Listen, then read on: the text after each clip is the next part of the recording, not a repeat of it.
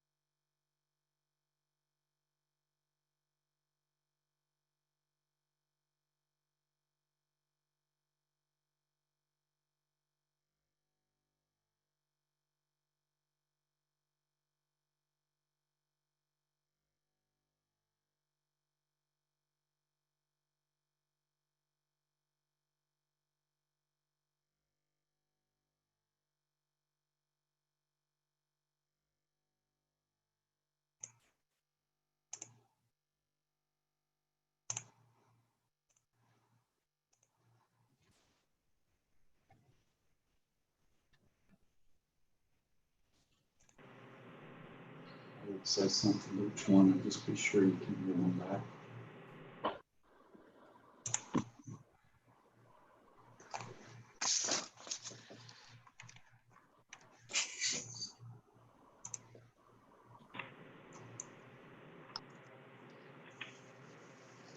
Yeah, before we get started, I've unmuted the trustees as well as Mr. Powell, Mr. Coberline, and Mr. Williams. Dr. Thompson, could you hear me okay? Yes, thank you. I can hear you fine. Ms. Lori, Yes. Mr. Swisher, Loud and clear. Stephen, Yes, sir. all right, Mr. Powell, Yes. Mr. Coberline, I think he's still muted. Yes. all right, there we go. Mr. Williams, Here. all right.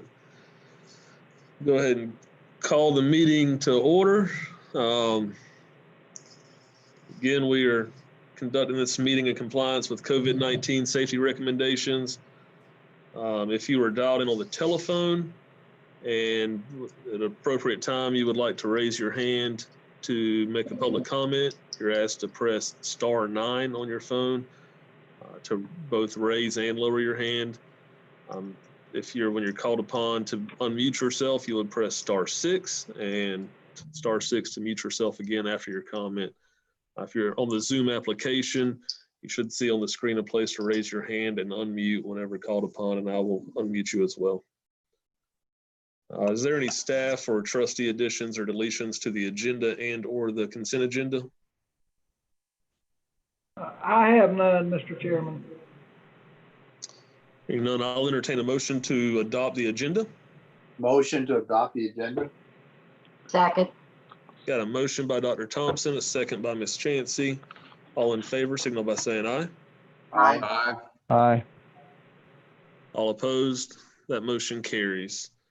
Move on to public comments. Ms. Limley.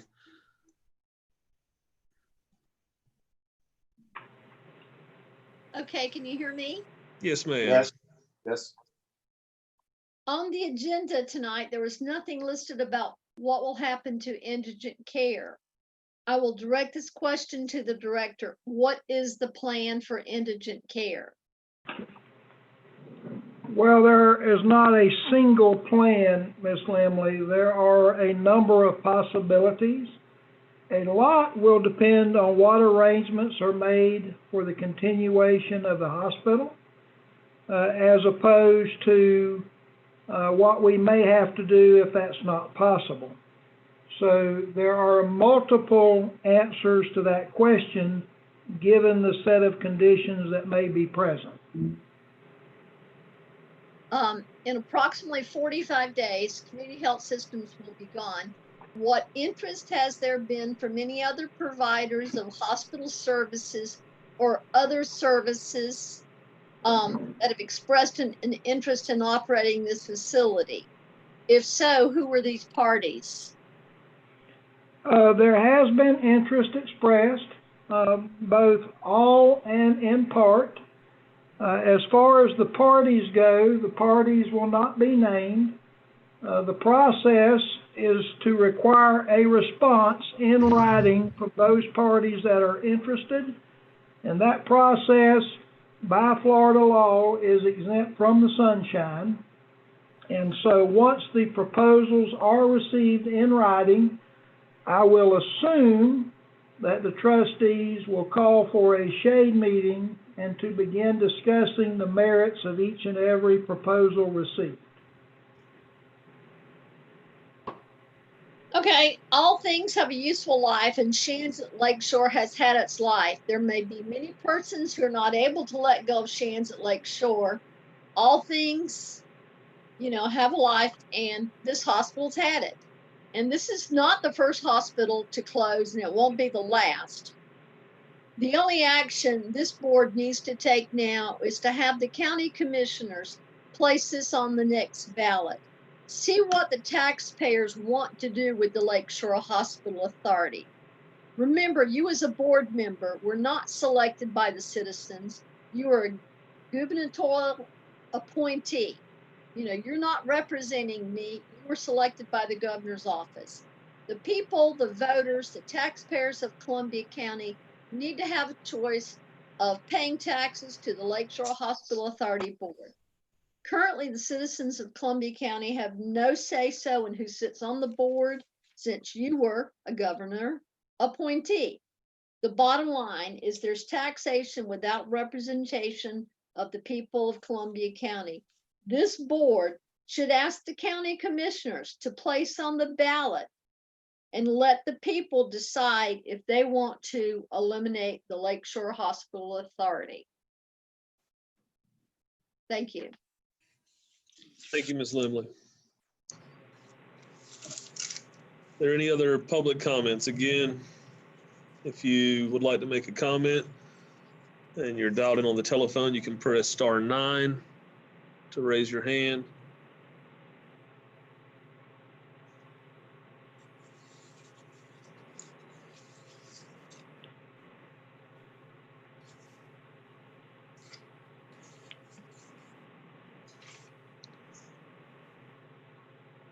Not seeing any other raised hands. I will close the public comments and I will entertain a motion to approve the consent agenda. Motion to approve the consent agenda. Second. Second. Got a motion by Dr. Thompson, a second by, seemed like Mr. Swisher first. All in favor, signal by saying aye. Aye. Aye. All opposed? That motion carries. We have no unfinished business tonight. New business, I will defer to Mr. Williams to bring us up to speed on the approval of proclamations covering the period of May 28th through July 15th, 2020, issued by the Lakeshore Hospital Authority Chair in accordance with resolution number 2020-004. Mr. Williams. Thank you, Mr. Chairman. As you stated, the trustees adopted resolution number 2020-004, which declared a state of emergency. That resolution has an effective period of time of 7 days unless extended by proclamation of the chair. And of course, the chair has extended that proclamation for the periods beginning May 28th and currently covering through July 15th. We are now asking the trustees to acknowledge that those proclamations were issued by the chair by giving your consent and approval. Do you need a motion? Yes, will need a- sir, please. Yes. I'd like to make a motion to approve that, what did you call it, consent? The proclamation. Proclamation. Yeah. Proclamation, as stated by Mr. Williams. Second. Got a motion by Dr. Thompson, a second by Mr. Swisher. Is there any further discussion? All in favor, signal by saying aye. Aye. Aye. All opposed? That motion carries. Request to approve Lakeshore Hospital Authority Resolution Number 2020-005, a resolution of the Board of Trustees of the Lakeshore Hospital Authority of Columbia County, Florida, ratifying the chairman's extension of the state of emergency arising from the COVID-19 public health emergency. Mr. Williams? Thank you, Mr. Chairman. Resolution number 2020-005 works essentially the same as 2020-004. The difference is that due to the gubernatorial executive orders that have been issued, we now have new references for our actions.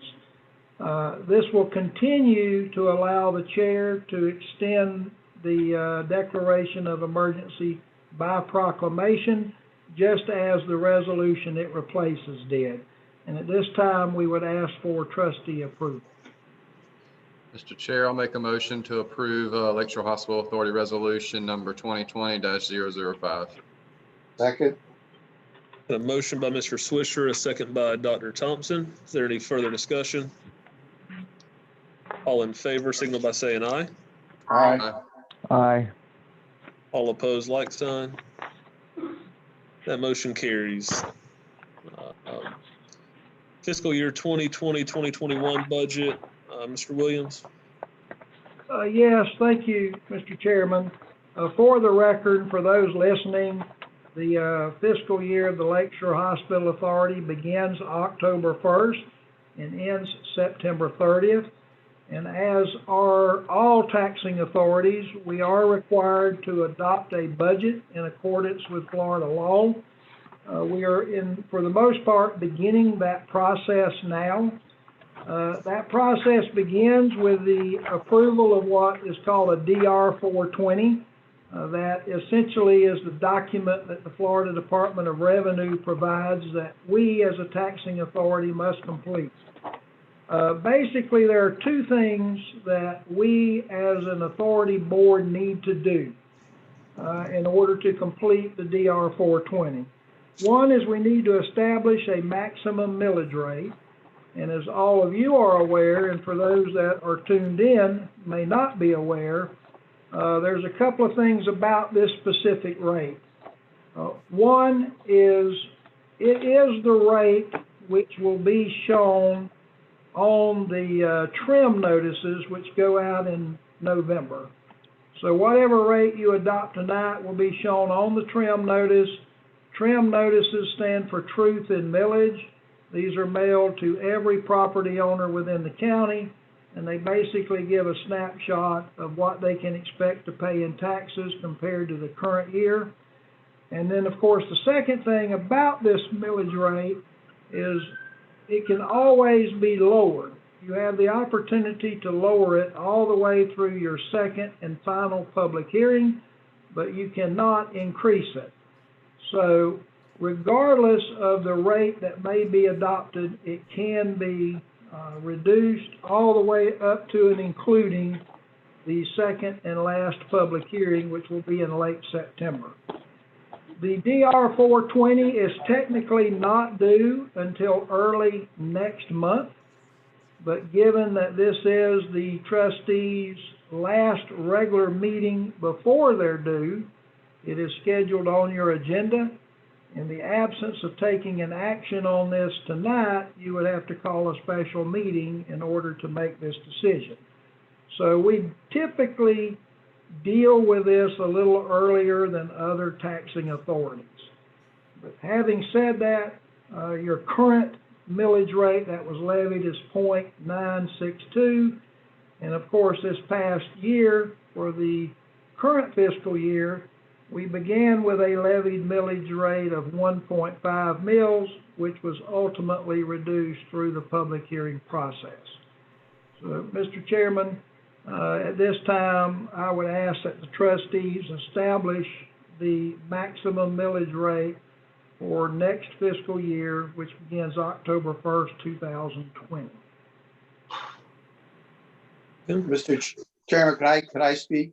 I don't know how to, how do you raise your hand on Zoom? I don't see the thing. You're good. You're Okay. unmuted, so you're good. Go ahead. Okay, so having said that, I know we have the opportunity to lower it, but I think with the closing of the hospital as it is, the COVID-19 crisis, all the anxiety and phone calls this is going to generate if we post a millage, when in reality, we probably have no intention of posting a millage for this fiscal year. So I would just suggest that our trim notice be 0 for this coming fiscal year, and just that would allay a lot of anxiety and I think unnecessary phone calls and questions. Because I remember last year when we did 1.5, I certainly had a number of calls from people telling me how they felt about that. And I had to explain to them that we could lower it and et cetera, et cetera. So I think it would just be a good public policy. It'd be good PR. We're not going to, all of us, I don't think we intend to do a millage rate anyways this year. So I would say I would recommend that we post a 0 trim notice and, go on with our business and figure things out. Just to kind of go off of that and build on that, Dr. Thompson, I've done a little bit of homework. I've asked Sonia to send some information. I know that Dell is also working on getting some firm numbers as far as I always try to look at best and worst case scenario and everything that we do. Obviously, I'm hoping that we have somebody operating the hospital soon. However, if that's not the case, what are we looking at as far as utilities to run the air conditioner, lighting, security, that type thing at the building? We can't just turn everything off and hope that the building stands.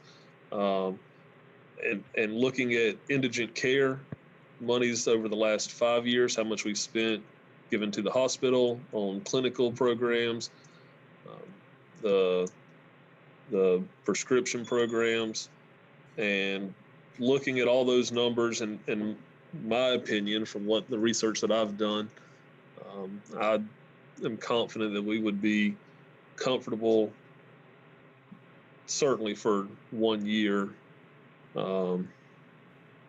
One question I do have, probably to Mr. Powell, if we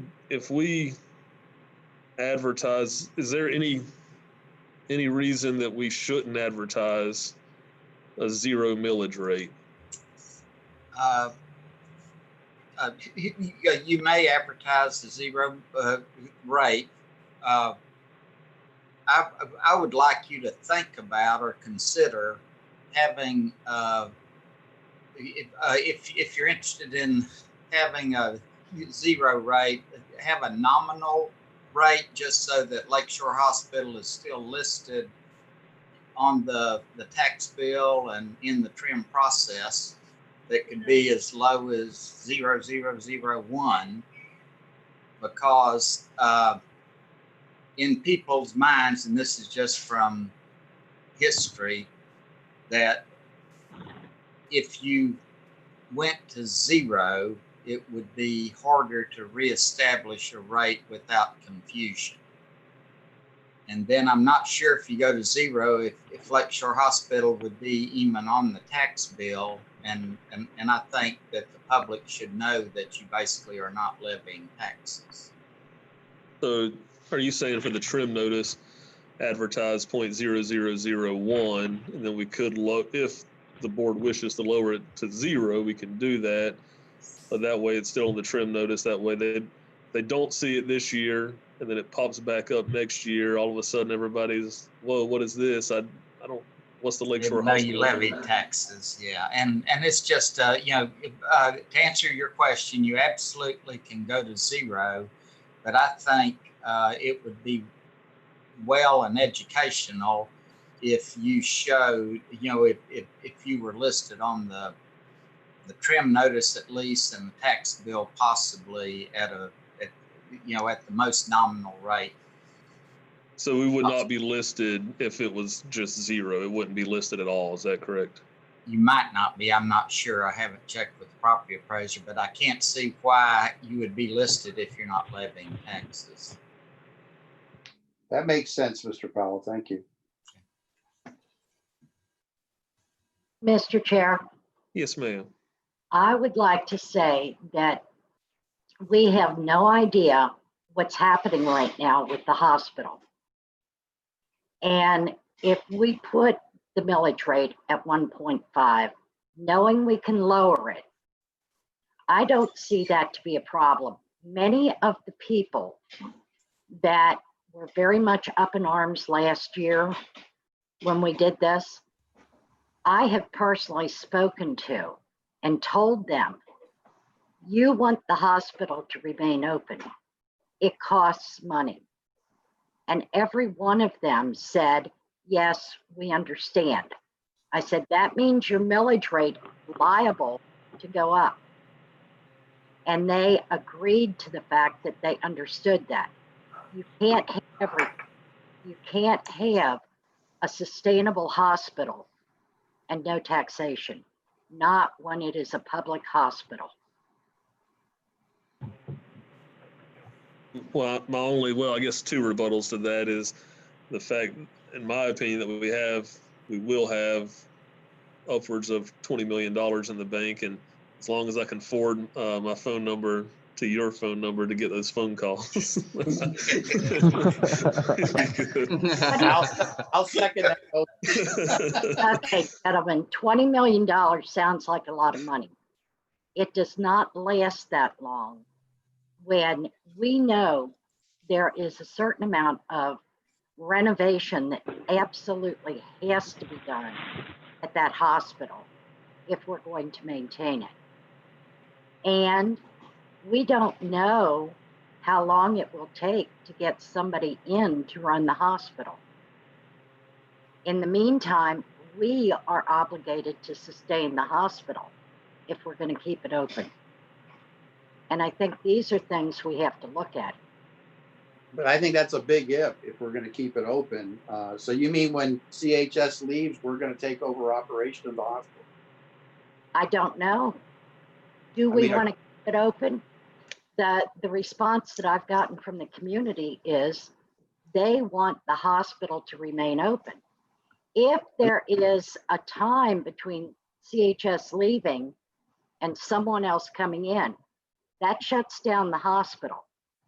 Then the hospital has to go for all of the new updates in order to reopen. There's a lot involved in this, and 20 million sounds like a lot of money. It really might not be in these circumstances. I'm just asking until we get something settled and we know where we're going. Mr. Chair, Go ahead. Yes, sir, Mr. Swisher. last year's millage rate of 0.962 generated how much revenue? Slightly over $2 million. Okay. All right.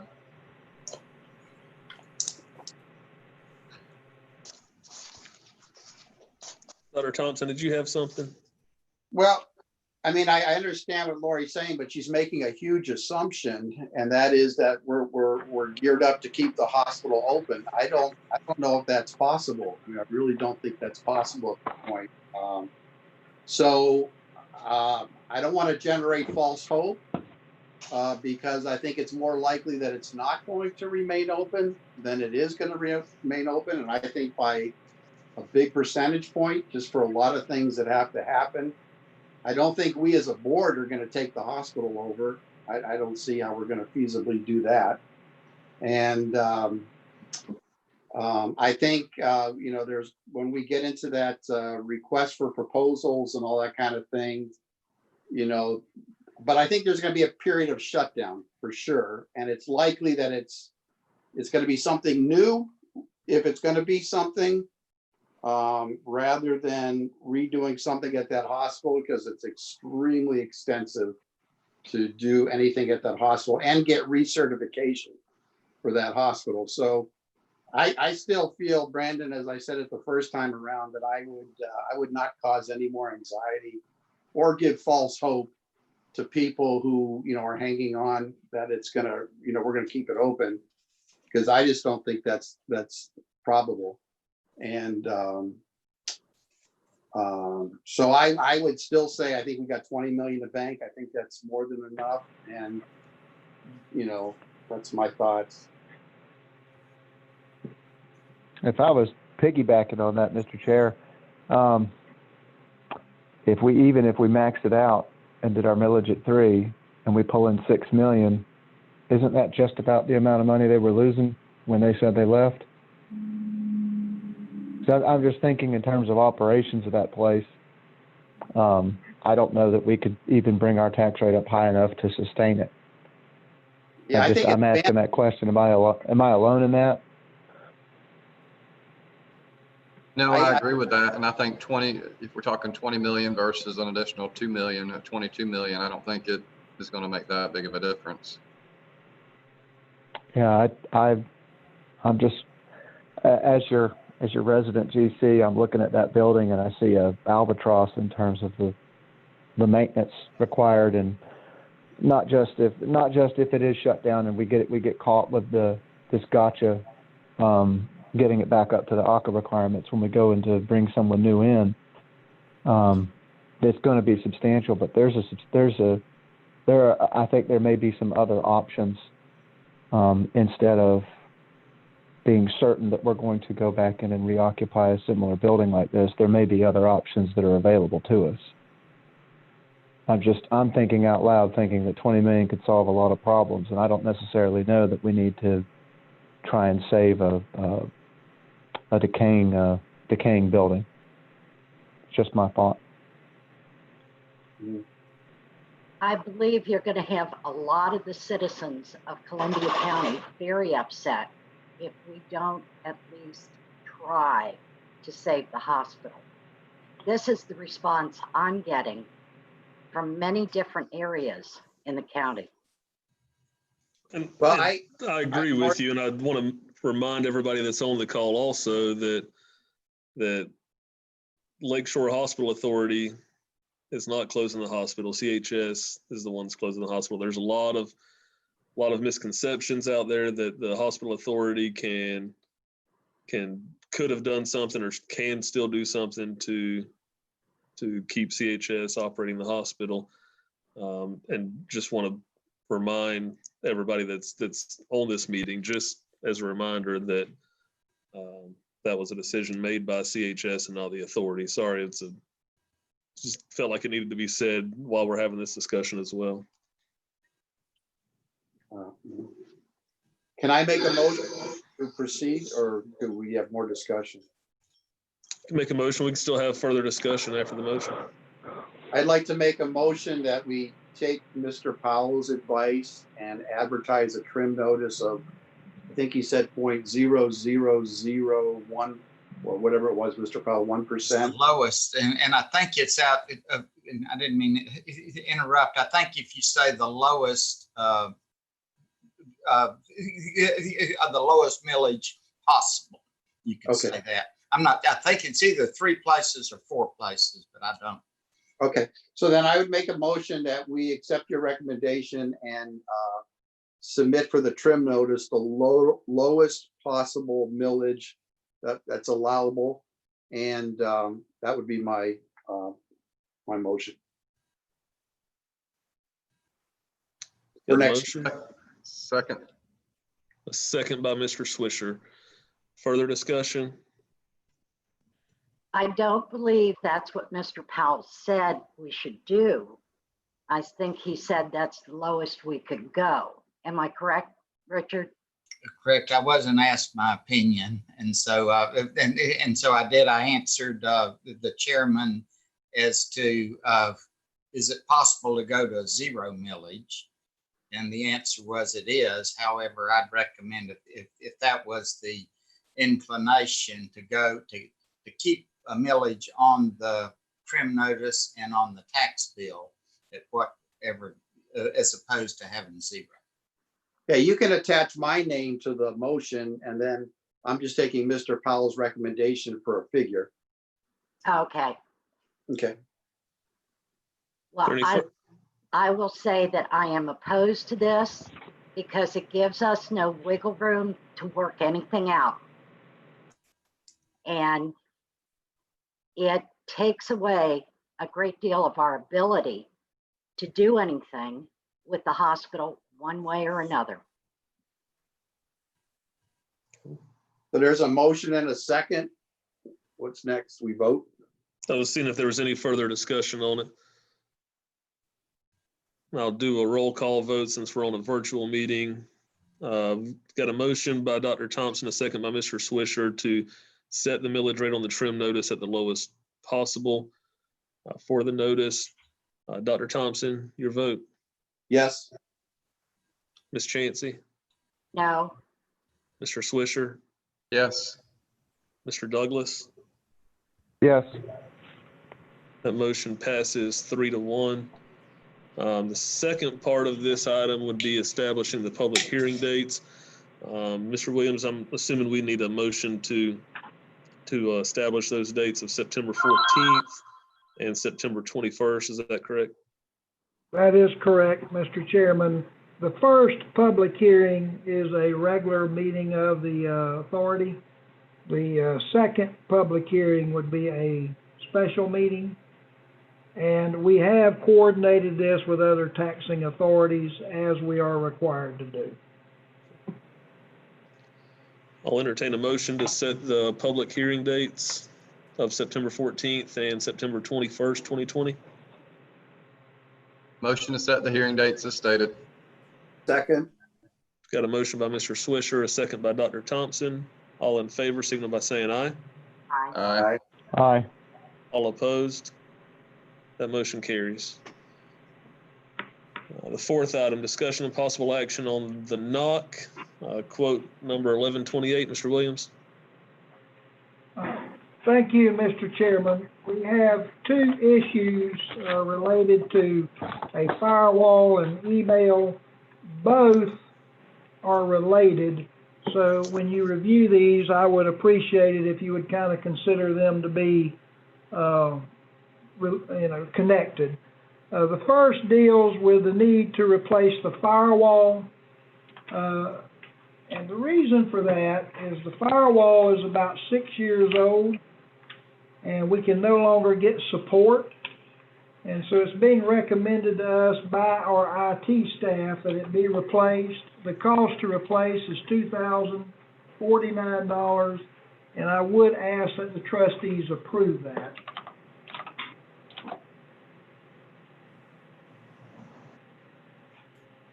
The wishes of the board.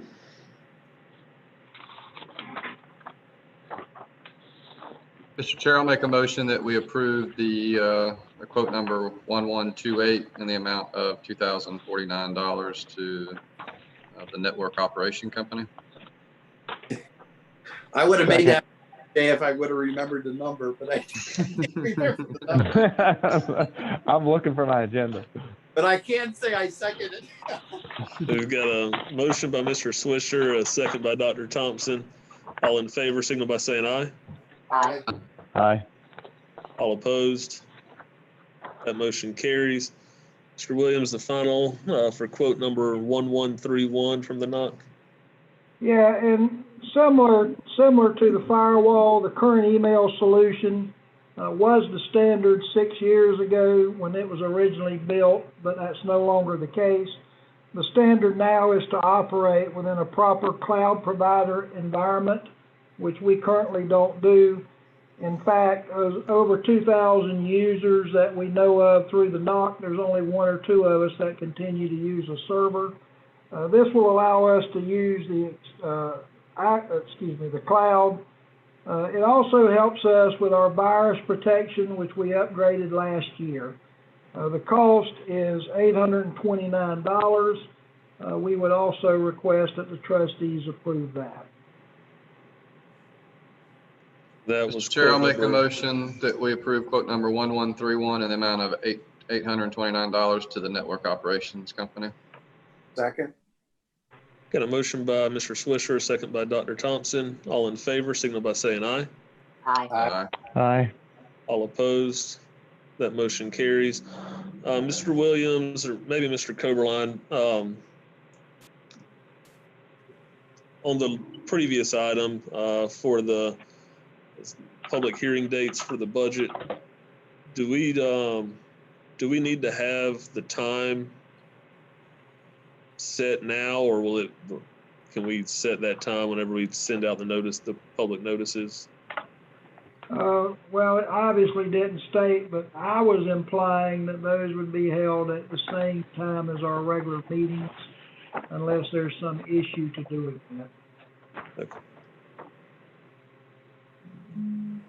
Just wanted to make sure we didn't have a legal requirement to do that now when we adopt it.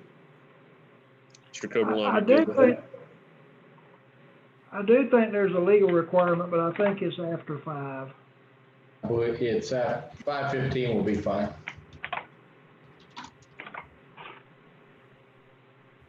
Was informed earlier or late last week, there would not be a hospital update today. The staff report is included in your agenda packet that was available online as well to the public. Board member comments, Dr. Thompson. I guess, I don't know if this is under comments or new business. I wanted to bring something in. I got a phone call this morning from a physician. And I just want to get this into the minutes that it's interpreted correctly. Is that we accepted the termination lease on September 30th, but CHS has the ability, if I understood it correctly, it was on that date sooner, so they could cease operations of the hospital sooner, because this week they sent out a notice of last surgery is going to be, I may be getting this wrong, but sometime in August. Last admissions would be in the end of August. So I think it's an incorrect interpretation of what we accepted to say that they're going to, therefore we can force them to run a full service hospital with all systems go till September 30th. I think the lease terminates September 30th, but they have they can set a date for when they cease operations. Is that correct, Mr. Chairman, to get that into the minutes, or Mr. Williams? Dr. Thompson, I'll be glad to comment. I think we all were in hopes, and it was all of our wishes, that we would maintain as many services at the hospital as possible through September 30th. But I do believe the actual settlement, release, and termination of lease agreement that was approved clearly stated on or before. And that's an administrative answer, not a legal answer. But in my opinion, the lease termination did provide for an on or before date. Okay, thank you, Mr. I just want to make sure we get that in the record. Thank you. No other comment. Okay. Ms. Chancey.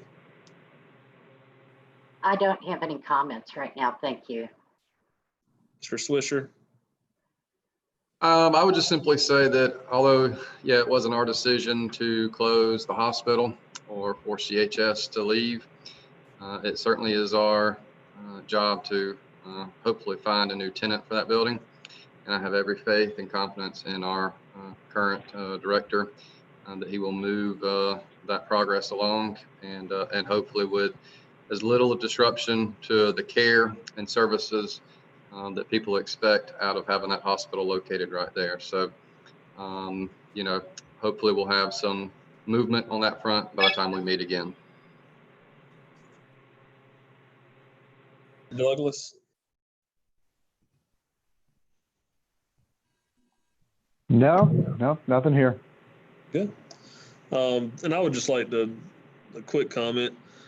I believe Dell was answering Ms. Limley's question earlier. I would like to maybe think about the trustees to consider and think about the possibility of at some point